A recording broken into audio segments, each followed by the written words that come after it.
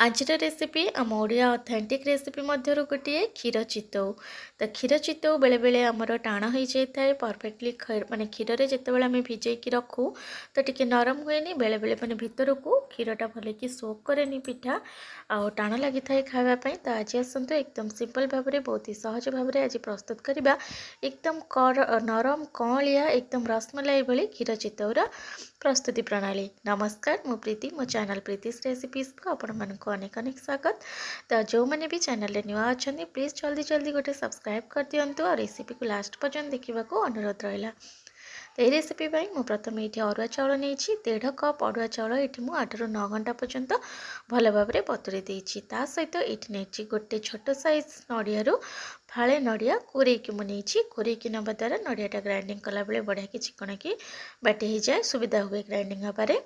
तो ये प्रथम चाउल को मुझे ग्राइंडिंग जार दे देती सहित जो कोरेकी रखी नड़िया सेटा मुझे देदेली और सहित आम दबा अल्प टिके सामान्य पानी देके आम ग्राइंडिंग करवा एका संगे बहुत सारा पानी देदेनि ताद्वारा कौन हम ना चाउलटा एकदम भल भाव में चिकन हेबनी।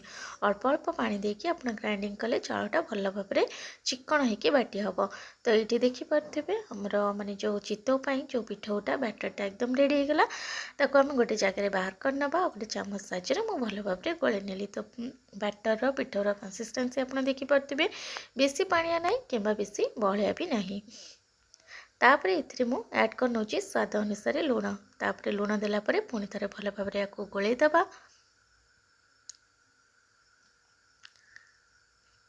तो एकदम परफेक्टली भल भाव में गोले की आमे प्राय आधे घंटा कि 45 मिनिट पर्यंत आपको घोड़े की रखीदबा। तो ये प्राय 45 मिनिट पर मुझे ढाकुणी बाहर कर नेली तापर आपको पुणी थे आम भल भाव में गोले नवा। ता सहित आम ए ऐड करवा गोटे छोट चामच बेकिंग पाउडर। तो मन रखिथे ये मु बेकिंग सोडा कहूनी बेकिंग पाउडर मु व्यवहार करची। ता सहित गोटे चामच मु देदेली पानी देकी भल भाव में पुणी थे फेंटी नवा फेंटिकी भल भाव में चिकन करके फेंटी नवा। तो यार कंसिस्टेंसी मत टिके बहला लगुला से मुझे अल्प टिके पानी ए ऐड करनेली। तो भल भाव में आपको प्रथम मिक्स कर नवा। तो बैटर पिठौर कंसिस्टेंसी आप देखिपे केतिकी अच्छी। तो आमर चितौ पिठा पिठौ एकदम रेडी। तापर ये मुझे कड़े नहीं जाइए कड़े 2 छोट चामच देदेली तेल आ तेल को गोटे पातिया साइज भल भाव में चारिआडे लगेदबा। तापर आम पिठा गुड़ी को तैयारी करवा। तो ये मुझे गोटे छोट चामच व्यवहार करी पिठापी जेहेतु आम क्षीर चितौ करवा से चितौर साइज गुड़िक मुझे एकदम छोट छोट रखी। जो चामच नहीं बड़ 2 चामच ये मुझे पिठा देदेली तापर गैस फ्लेम को एकदम लो करके आम घोड़े दबा।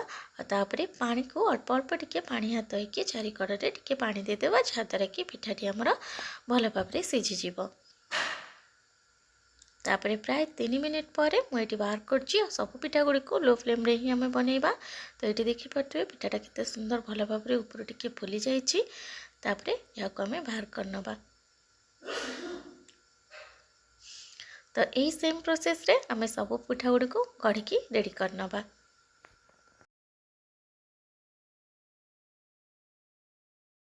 तो सेम प्रोसेस रे मुझे सब पिठा गुड़िक ये प्रस्तुत करनेली देखिपे आ पिठार साइज गुड़िक मु बेसी बड़ करनी छोट छोट करी। तापर ये कड़े मु 4 बड़ चामच चीनी देदेली आपको मीडियम फ्लेम रे चीनीटा को टिके मेल्ट करवा माने चीनीटा को टिके कैरामलाइज करवा। चीनीर कलर टिके हल्का माने चेंज हो गला परे आम एथिरे देदेबा क्षीर। तो ये मु गोटे पैकेट क्षीर व्यवहार करी। चीनी को कैरामलाइज कले क्षीर गोटे बढ़िया कलर आसता है मुझे चीनीटा को कैरामलाइज कले आप चाहिए यहाँ टोटाली स्किप करेंगे ये प्रोसेसटा को। तापर आम क्षीरटा को भल भाव में फुटापी छाड़दबा।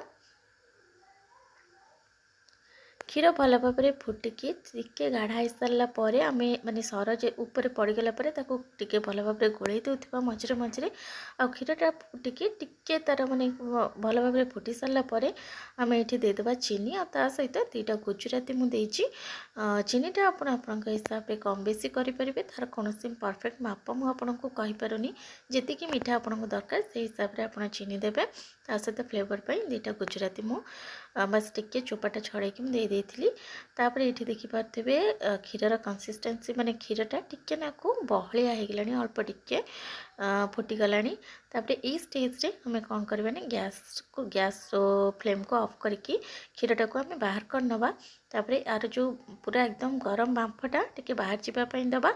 तो अधा क्षीरटा ठंडा है आम जो चितौ पिठा गुड़िक गढ़ी रखी से पिठा गुड़िक क्षीर भितर देदेबा। क्षीर देकी भल भाव गोटे चामच साहाଯ୍य टे तल उपर नु माने टे बुड़ेदेबा। भल भाव बुड़ेकी आपको ना घोड़ेकी आम 1 घंटा पर्यंत सेमती छाड़ीदबा। मन रखिथे क्षीरटा को पूरा ठंडा हवा को देवेनि। क्षीरटा अधा ठंडा है माने जहाँ क्षीरटा टिके गरम रही कि हल्का उषुम रही चलो। तापर प्राय 1 घंटा पर मुझे आपको देखा चितौ पिठा गुड़िक एकदम परफेक्टली आमर बतुरी जाइए। क्षीरटा को भल भाव सोक कर नहीं बर्तमान ये गोटे जगार बाहर कर नौची आमर चितौ पिठा गुड़िक। तो आप देखिए जानीपारे केते नरम और तुलतुलिया होती परफेक्ट क्षीर रे बतुरी जाइए। क्षीरटा को भल भाव सोक कर नहीं। तो आमर ये ओडिया ऑथेंटिक क्षीर चितौर रेसिपी एकदम रेडी होगला। आप घर निश्चय यहाँ ट्राए करेंगे और रेसिपी भल लगे चैनल को सब्सक्राइब करेंगे। कमेंट्स निजर मतामत गोटे निश्चय जनइबे और सांग मान सहित गोटे निश्चय शेयर करेंगे। तो ये देखो गोटे पिठा को मुझे बाहर करके आपको देखा केते नरम होते इजिली चामच रे भांगी जाऊँगी बतुरी जाइए एकदम परफेक्ट रेडी होती। आप घर ट्राए करूँ रेसिपी केमती लगला कमेंट्स निज मतामत मत जानतु। ताहले आपण मान सहित आ गोटे नुआ वीडियो रे पुणी थे देखा। नमस्कार, जय जगन्नाथ।